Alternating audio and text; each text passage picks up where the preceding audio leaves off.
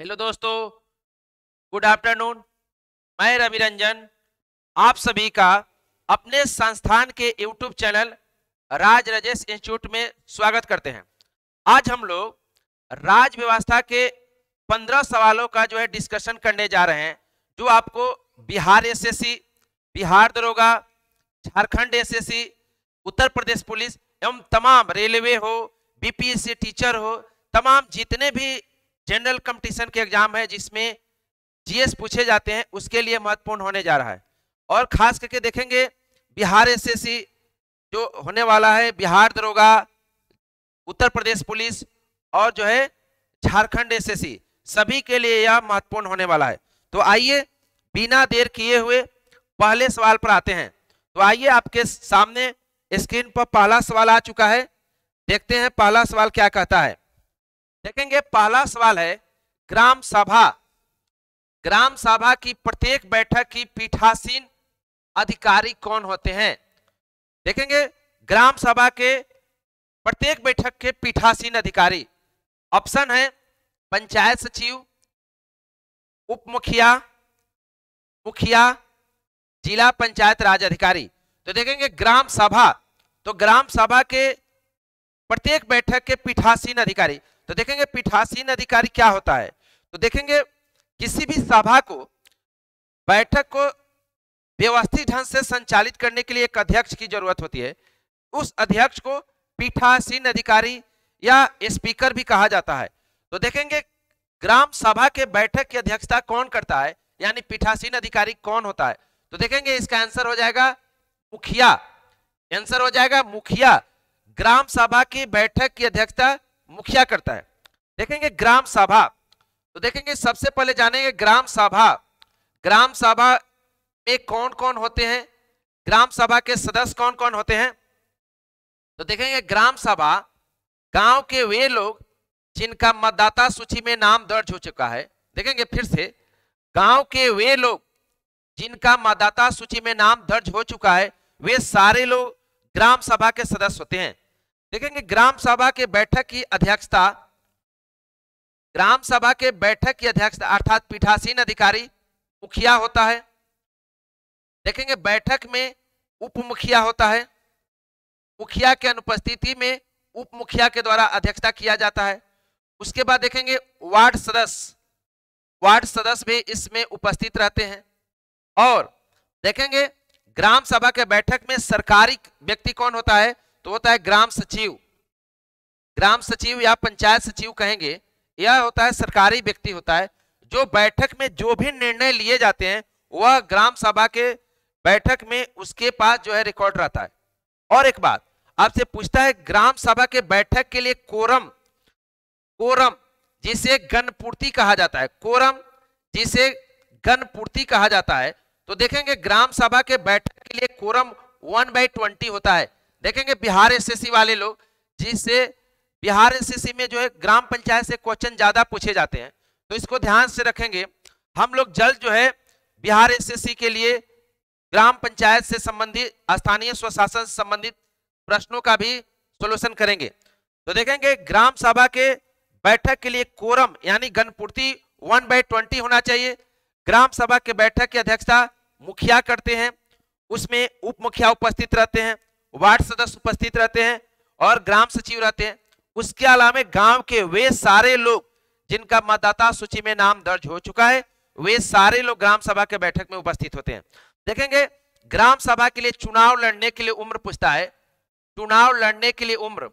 तो देखेंगे ग्राम सभा के लिए चुनाव लड़ने के लिए उम्र 21 वर्ष होना अनिवार्य है।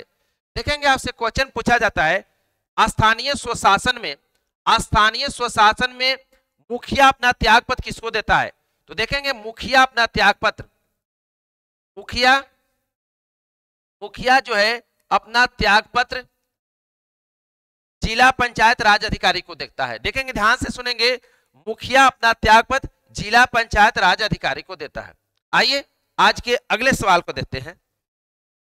देखेंगे आज का अगला सवाल है, भारतीय संविधान में राष्ट्रपति के चुनाव की प्रणाली निम्न में से किस देश से ली गई है। राष्ट्रपति के चुनाव के जो प्रोसेस है, राष्ट्रपति के चुनाव के लिए जो पद्धति है वो किस देश से लिया गया है? तो ऑप्शन है अमेरिका, आयरलैंड, ब्रिटेन, वाइमर गणतंत्र। आप भी जो है कमेंट बॉक्स में आंसर देंगे। जो राष्ट्रपति के चुनाव के जो प्रोसेस है, जो विधि है, किस देश से लिया गया है?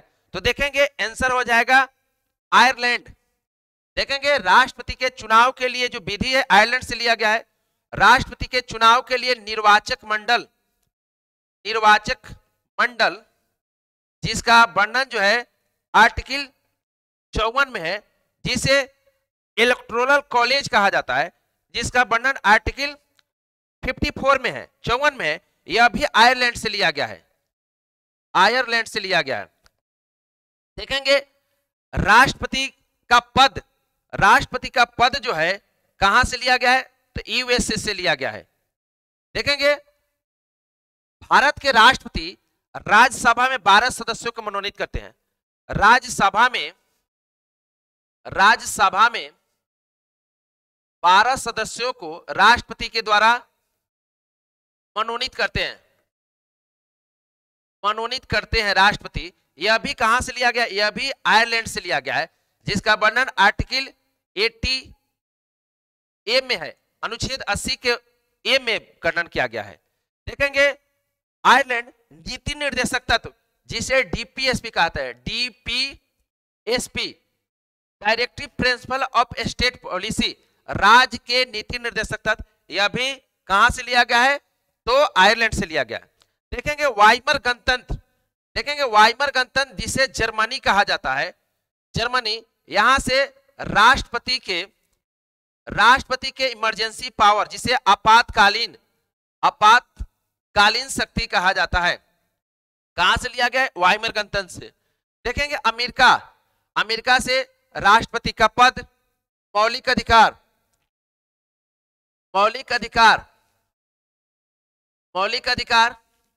सर्वोच्च न्यायालय, सुप्रीम कोर्ट, उसके बाद जो है उपराष्ट्रपति का पद, उसके बाद जो है प्रस्तावना, सब जो है अमेरिका से लिया गया। देखेंगे ब्रिटेन से संसदीय शासन प्रणाली। देखेंगे ब्रिटेन से हम लोग जो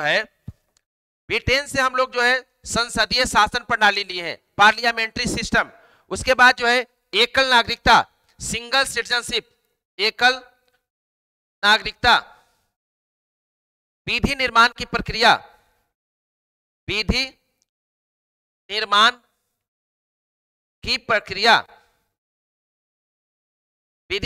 प्रक्रिया, मंत्रिपरिषद लोकसभा के प्रति सामूहिक रूप से उत्तरदायी होगी। यह भी कहां से लिया गया है? ब्रिटेन से लिया गया। आइए आज के अगले सवाल को देखते हैं।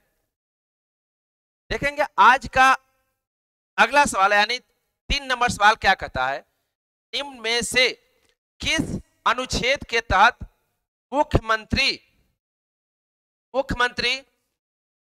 मंत्रिपरिषद, यहां पर मंत्रिपरिषद होगा, मंत्रिपरिषद और राज्यपाल के बीच कड़ी के रूप में काम करते हैं? फिर से देखेंगे निम्न में से किस अनुच्छेद के तहत मुख्यमंत्री, यहां पर है मंत्रिपरिषद और राज्यपाल के बीच कड़ी के रूप में काम करते हैं? देखेंगे ऑप्शन है अनुच्छेद 163, अनुच्छेद 164, अनुच्छेद 165 और अनुच्छेद 167। तो आप लोग भी जो है जल्दी से जल्दी कमेंट बॉक्स में जवाब देंगे। क्या होगा? राज्यपाल, मुख्यमंत्री और मंत्रिपरिषद के रूप में कड़ी के रूप में काम करते हैं, जिसका वर्णन किस आर्टिकल में है? तो देखेंगे इसका आंसर हो जाएगा आर्टिकल 167 अर्थात अनुच्छेद 167 में कहा गया है कि मुख्यमंत्री, मंत्रिपरिषद और राज्यपाल के बीच कड़ी के रूप में काम करते हैं, भूमिका के रूप में काम करते हैं। और देखेंगे अनुच्छेद 167 के तहत राज्यपाल मंत्रिपरिषद से, मुख्यमंत्री से कभी भी जो है प्रश्न पूछ सकते हैं। अब देखते हैं ऑप्शन। देखेंगे ऑप्शन है अनुच्छेद 163। तो राज्यपाल के सहायता के लिए, राज्यपाल अपने सहायता के लिए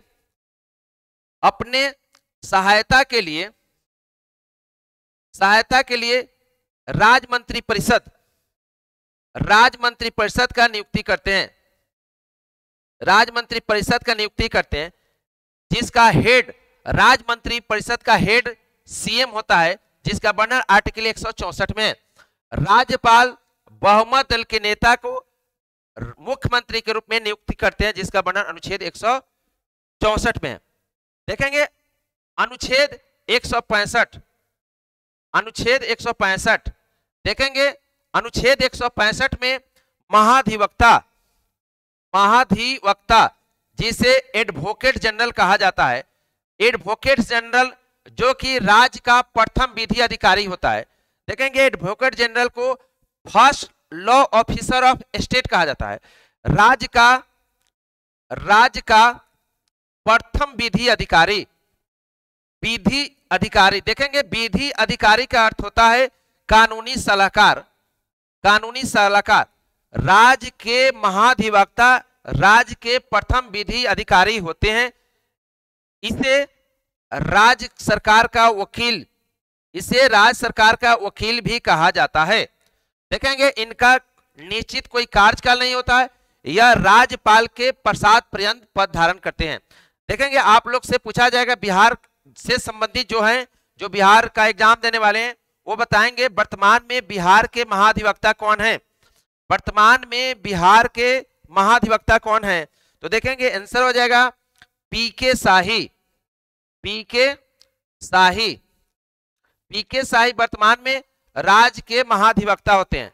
देखेंगे जैसे स्टेट में, जैसे राज्य में महाधिवक्ता होते हैं जिसे एडवोकेट जनरल कहा जाता है, ठीक उसी प्रकार केंद्र में अटॉर्नी जनरल ऑफ इंडिया, महान्यायवादी जिसे first law officer of India कहा जाता है, वह केंद्र में होते हैं। और राज्य के प्रथम विधि अधिकारी महाधिवक्ता होता है, जिसे राज्य सरकार का वकील भी कहते हैं, जिसका वर्णन अनुच्छेद 165 में है, जिसकी नियुक्ति राज्यपाल के द्वारा किया जाता है, जो कि राज्यपाल के प्रसाद पर्यंत पद धारण करते हैं। वर्तमान में बिहार के महाधिवक्ता कौन है? पीके शाही हैं। आइए आज के अगले सवाल को देखते हैं। देखेंगे आज का अगला सवाल है, निम्न में से किसने कहा था कि भारत एक अर्धसंघात्मक राज्य है? इसे कहते हैं क्वासी फेडरल। देखेंगे किसने कहा था कि भारत एक क्वासी फेडरल अर्धसंघात्मक जो है राज्य है? तो देखेंगे ऑप्शन है ऑस्टिन, जे.एल. लस्की, आइवर जेनिंग्स, केसी वियर। देखेंगे आंसर क्या हो जाएगा, आप लोग जल्दी से कमेंट में बताएंगे इसका आंसर क्या होगा। तो देखेंगे इसका आंसर होगा केसी वियर। देखेंगे केसी वियर ने कहा था कि भारत में न तो पूर्ण रूप से फेडरल सिस्टम है, न पूर्ण रूप से यूनियन है, बल्कि दोनों का मिला जुला रूप है, जिसे क्वासी फेडरल कहा जाता है। देखेंगे किस स्थिति में उन्होंने कहा था, जैसे सरकार, देखेंगे सरकार के स्वरूप में देखेंगे तो देखेंगे एक होता है संघात्मक सरकार, संघात्मक, इसे फेडरल गवर्नमेंट कहा जाता है। और एक होता है यूनियन, संघ या एकात्मक। यूनियन से यूनिटरी से यूनियन बनता है, यूनियन गवर्नमेंट। तो देखेंगे फेडरल गवर्नमेंट के अर्थ होता है distribution of power. Federal government, अगर आपसे कोई पूछता है जो भारत में फेडरल गवर्नमेंट है, इसका अर्थ क्या होगा, तो एक शब्द में बोलेंगे डिस्ट्रीब्यूशन ऑफ पावर। पावर यानी शक्ति का बंटवारा जिस देश में हो, या समान परिस्थिति में कहें जहां दो स्तर की सरकार है। जैसे आप देखते हैं भारत में केंद्र स्तर पर केंद्र सरकार है और राज्य स्तर पर राज्य सरकार है। अगर इसको और आगे बढ़ाते हैं तो स्थानीय स्तर पर लोकल बॉडी, स्थानीय स्वशासन भी देखते हैं। और सबों के बीच केंद्र अपना काम करता है, राज्य अपना काम करता है, और स्थानीय सरकार जिसे लोकल सेल्फ गवर्नमेंट कहते हैं, यह भी अपना काम करता है। यानी तीनों के बीच शक्ति का बंटवारा है। आप शेड्यूल 7 देखेंगे जिसमें 7वीं अनुसूची है, जिसमें संघ सूची, राज्य सूची और समवर्ती सूची के माध्यम से शक्ति का बंटवारा किया गया। यह यानी संघात्मक व्यवस्था का वर्णन है। यूनियन, देखेंगे भारत में कई परिस्थितियों का वर्णन किया गया है जहां पर केंद्र शक्तिशाली हो जाता है, जैसे इमरजेंसी, आपातकाल, देखेंगे आपातकाल के दौरान केंद्र शक्तिशाली हो जाता है। राज्यपाल की नियुक्ति में राज्य की कोई भूमिका नहीं होता है। अखिल भारतीय सेवा ईटीसी। इस प्रकार से केसी बियर ने कहा था, जब भारत में समान परिस्थिति में फेडरल गवर्नमेंट देखने को मिलता है, विशेष परिस्थिति में संघ सरकार देखने को मिलता है, इसलिए भारत में न तो पूर्ण रूप से फेडरल है न पूर्ण रूप से यूनियन है, बल्कि दोनों का मिला जुला रूप है। इसे बोलते हैं अर्धसंघात्मक, जिसे क्वासी फेडरल कहते हैं। क्वासी फेडरल गवर्नमेंट बोला जाता है। यह किसने कहा था? तो केसी बियर के द्वारा बोला गया था। आइए आज के अगले सवाल को देखते हैं। देखेंगे आज का अगला सवाल है, राज्य के नीति निर्देशक तत्व सहज अध्ययन के लिए निम्न में से कौन से भागों में विभाजित किए जा सकते हैं? देखेंगे ऑप्शन है समाजवादी, उदार बौद्धिकतावादी, गांधीवादी, सभी। आप लोग भी जल्दी से जल्दी जवाब देंगे, इसका आंसर क्या होगा? तो देखेंगे इसका आंसर हो जाएगा सभी। देखेंगे राज्य के नीति निर्देशक तत्व, जिसे डीपीएसपी कहते हैं, directive principle of state policy, राज्य के नीति निर्देशक तत्व के अध्ययन के लिए इन सारे तत्वों को समाहित किया गया है। समाजवादी यानी सोशलिस्ट शब्द का भी वर्णन है जो आपके राज्य के नीति निर्देशक तत्व है।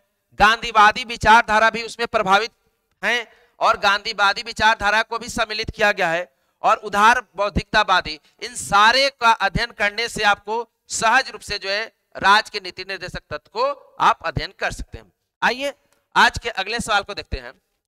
अगला सवाल है, निम्नलिखित में से किस वाद में कहा गया है कि प्रस्तावना संविधान का अंग नहीं है?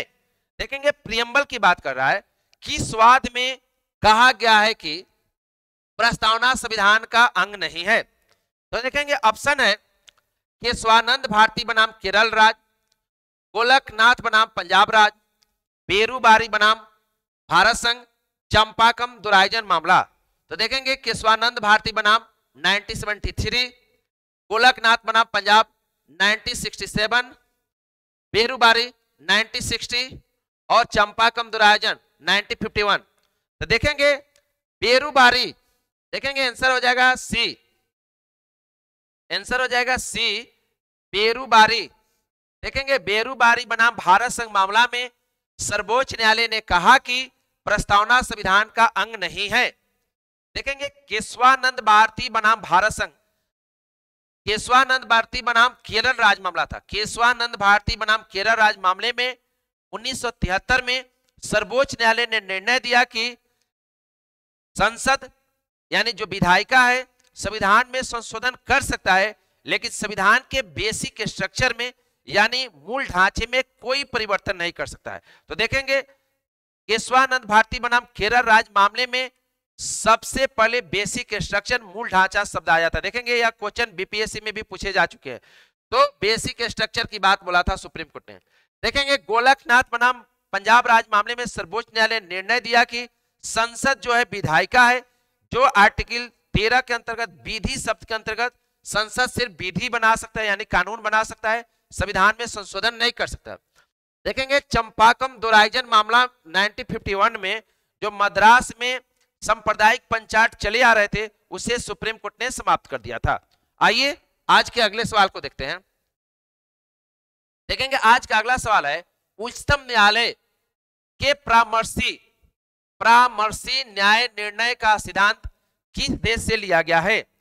परामर्शी यानी सर्वोच्च न्यायालय के पास जो शक्ति है कि वह भारत के राष्ट्रपति को परामर्श दे सकता है, और राष्ट्रपति के पास भी अधिकार है कि वह सर्वोच्च न्यायालय से परामर्श मांग सकता है। तो देखेंगे यह व्यवस्था किस देश से लिया गया है?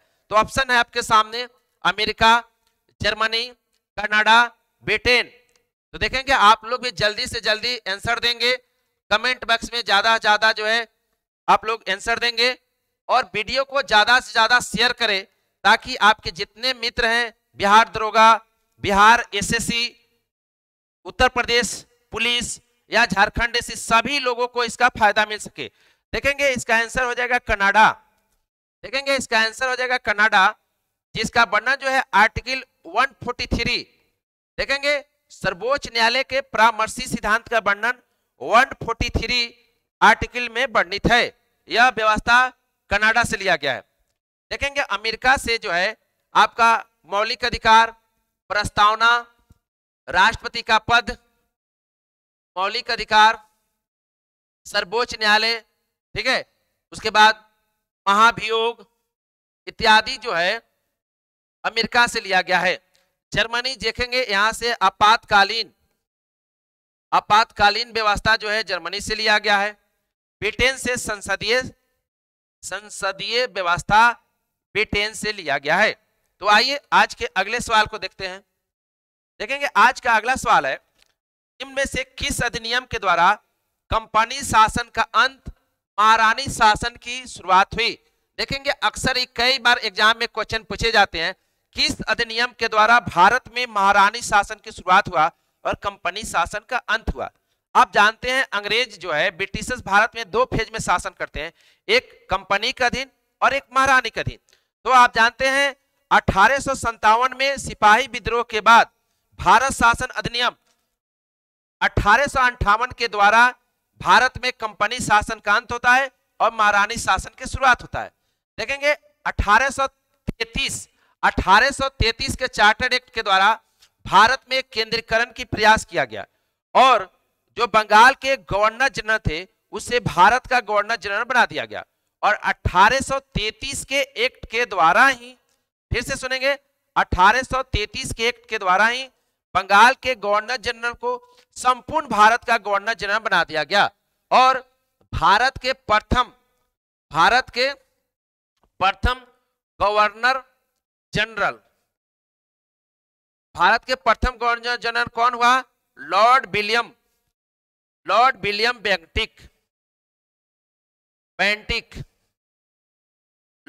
बेंटिक भारत के प्रथम गवर्नर जनरल बने। और देखेंगे 1833 के एक्ट के द्वारा गवर्नर जनरल को कानून के विधि के संहिताकरण के लिए विधि आयोग का गठन करने का प्रावधान किया गया और इसी एक्ट के द्वारा 1834 में मैकाले की अध्यक्षता में पहला विधि आयोग का गठन हुआ। देखेंगे 1935 के अधिनियम के द्वारा केंद्र में संघीय व्यवस्था की शुरुआत हुई और देखेंगे 1935 के अधिनियम के द्वारा ही भारत में आरबीआई का स्थापना हुआ। देखेंगे 1935 के अधिनियम के द्वारा ही भारत में संघीय व्यवस्था की शुरुआत हुई। 1935 के अधिनियम के द्वारा ही भारत में संघीय न्यायालय की शुरुआत हुई और 1935 के अधिनियम के द्वारा ही प्रांतों को स्वायत्ता प्रदान किया गया।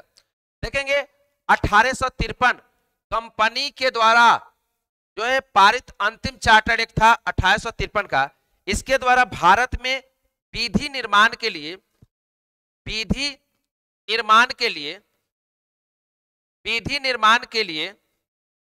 12 सदस्यीय विधान परिषद का गठन किया गया। आइए आज के अगले सवाल को देखते हैं। देखेंगे आज का अगला सवाल है, लोकसभा का कार्यकाल पूरा होने से पहले भंग किया जा सकता है? लोकसभा के कार्यकाल को पूरा होने से पहले भंग किया जा सकता है। ऑप्शन है आपके सामने, राष्ट्रपति द्वारा स्वविवेक से, प्रधानमंत्री द्वारा स्वविवेक से, लोकसभा के अध्यक्ष द्वारा स्वविवेक से, प्रधानमंत्री की सिफारिश पर राष्ट्रपति के द्वारा। तो आप लोग भी जो है कमेंट बॉक्स में अपना आंसर देंगे, बताएंगे जो लोकसभा को कार्यकाल से पहले भी भंग किया जा सकता है, कौन कर सकता है। तो सबसे पहले जानेंगे भंग करना, जिसे बोलते हैं डिजॉल्व। देखेंगे भंग करना, तो भंग करना का मतलब होता है उसके जीवन काल को समाप्त कर देना, यानी लोकसभा जो चल रहा होता है उसका जीवन काल समाप्त कर देना। तो यह काम प्रधानमंत्री के सिफारिश पर राष्ट्रपति के द्वारा किया जाता है, जिसका वर्णन आर्टिकल 85 में किया गया है। आइए आज के अगले सवाल को देखते हैं। भारतीय संविधान में संशोधन के लिए विधेयक लाया जा सकता है? आंसर क्या होगा? संविधान में संशोधन के लिए, अमेंडमेंट के लिए प्रस्ताव सबसे पहले किस सदन में आएगा? केवल लोकसभा में, केवल राज्यसभा में, या तो लोकसभा में या राज्यसभा में, भारत के सर्वोच्च न्यायालय में? तो देखेंगे इसका आंसर हो जाएगा या तो लोकसभा में या तो राज्यसभा में। अर्थात संविधान संशोधन विधेयक पहली बार किसी भी सदन में लाया जा सकता है। और देखेंगे संविधान संशोधन का वर्णन जो है आर्टिकल 368 में वर्णन किया गया है। और यह जो है भारत के संविधान में जो संविधान संशोधन की व्यवस्था है वह दक्षिण अफ्रीका से लिया गया है, दक्षिण अफ्रीका के संविधान से लिया गया है। देखेंगे अगर पूछेगा धन विधेयक, देखेंगे धन विधेयक अगर पूछे मनी बिल के विषय में तो यह लोकसभा में पहली बार पेश होता है। अगर आपसे पूछेगा वित्त विधेयक, फिनांस बिल, वित्त विधेयक के विषय में अगर यह प्रश्न पूछता है आपसे तो यह भी लोकसभा में पहली बार प्रस्तुत होगा। वहीं साधारण विधेयक पूछता है, साधारण विधेयक, ऑर्डिनरी बिल अगर आपसे पूछता है तो इसका आंसर हो जाएगा लोकसभा या राज्यसभा, यानी किसी भी सदन में लाया जा सकता है। अगर आपके सामने तो क्वेश्चन है ही संविधान संशोधन पूछेगा तो यह कहीं भी लोकसभा या राज्यसभा में कहीं भी आ सकता है। आइए आज के अगले सवाल को देखते हैं। आज का 11 नंबर सवाल है, निम्नलिखित में से किस विधेयक पर गतिरोध दूर करने हेतु लोकसभा और राज्यसभा की संयुक्त बैठक हो सकती है? ज्वाइंट सेशन की बात कर रहा है, संयुक्त बैठक की बात कर रहा है। तो देखेंगे समान विधेयक, धन विधेयक, संविधान संशोधन विधेयक, विनियोग विधेयक। तो देखेंगे इसका आंसर हो जाएगा समान विधेयक। देखेंगे यह संसद हो गया, संसद के 3 अंग होते हैं, लोकसभा, राज्यसभा और राष्ट्रपति, लोकसभा, राज्यसभा और प्रेसिडेंट। साधारण विधेयक यानी समान विधेयक अगर लोकसभा में प्रस्तुत किया जाता है, अगर लोकसभा समान विधेयक को पारित कर देता है और राज्यसभा उसे 6 माह तक अगर पारित नहीं करता है तो भारत के राष्ट्रपति आर्टिकल 108 यानी अनुच्छेद 108 के तहत संयुक्त बैठक बुलाते हैं। देखेंगे संयुक्त बैठक जो है, संयुक्त बैठक 2 ही विधेयक पर हो सकता है। एक है साधारण विधेयक, साधारण विधेयक, और एक होता है वित्त विधेयक। 2 ही विधेयक पर संयुक्त बैठक बुलाया जा सकता है, अन्य विधेयक पर संयुक्त बैठक बुलाया नहीं जा सकता है। तो आंसर हो जाएगा आपका ए। देखेंगे जब संयुक्त बैठक बुलाया जाता है तो उसकी अध्यक्षता राष्ट्रपति करते हैं, राष्ट्रपति बैठक बुलाते हैं जिसकी अध्यक्षता लोकसभा अध्यक्ष,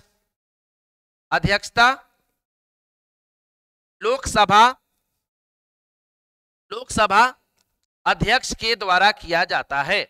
और उनके अनुपस्थिति में उपाध्यक्ष, उनके अनुपस्थिति में उपसभापति, और उनके अनुपस्थिति में वरिष्ठतम सदस्य के द्वारा किया जाता है। देखेंगे भारत में अभी तक 3 बार संयुक्त बैठक हुआ है। पहली बार 1961 में दहेज प्रतिषेध विधेयक पर, दूसरा 1978 में बैंकिंग सेवा बिल पर, और 2002 में पोटा पर। दहेज, बैंकिंग और पोटा। देखेंगे अभी तक भारत में 3 बार संसद के संयुक्त बैठक हुए। आइए आज के अगले सवाल को देखते हैं। भारत के संविधान के अनुसार भारत के नियंत्रक एवं महालेखा परीक्षक की कार्य अवधि की शर्त है 5 वर्ष या 62 वर्ष की आयु जो भी पहले हो, 6 वर्ष या 65 वर्ष। वह राष्ट्रपति के प्रसाद पर्यंत पद धारण करते हैं, इनमें से कोई नहीं। आप लोग बताएंगे नियंत्रक एवं महालेखा परीक्षक जिसे CAG बोला जाता है, controller and auditor general, CAG जिसे कंट्रोलर एंड ऑडिटर जनरल, नियंत्रक एवं महालेखा परीक्षक कहा जाता है। उनके कार्यकाल के संबंध में कौन सा कथन सत्य है, कौन सा शर्त है? तो देखेंगे आंसर हो जाएगा बी, 6 वर्ष या 65 वर्ष, जो भी पहले पूछ जाए। देखेंगे सीएजी का वर्णन आर्टिकल 148 से 151 तक, अनुच्छेद 148 से अनुच्छेद 151 तक वर्णन किया गया है। सीएजी का नियुक्ति राष्ट्रपति के द्वारा किया जाता है, लेकिन उनका कार्यकाल 6 वर्ष या 65 वर्ष होता है। देखेंगे सीएजी होता है जो अपना रिपोर्ट राष्ट्रपति को सौंपता है और राज्यों का जो संचित निधि है उससे जो खर्च हो रहे हैं उसका जो आकलन करता है उसका रिपोर्ट राज्यपाल को सौंपता है। आइए वर्तमान में देखेंगे सीएजी कौन है। तो वर्तमान में सीएजी गिरीश चंद्र मुर्मू, देखेंगे गिरीश चंद्र मुर्मू जो है भारत के वर्तमान में सीएजी हैं। आइए आज के अगले सवाल को देखते हैं। निम्नलिखित में से किस प्रकार की समता का उल्लेख भारत के संविधान की प्रस्तावना में किया गया है?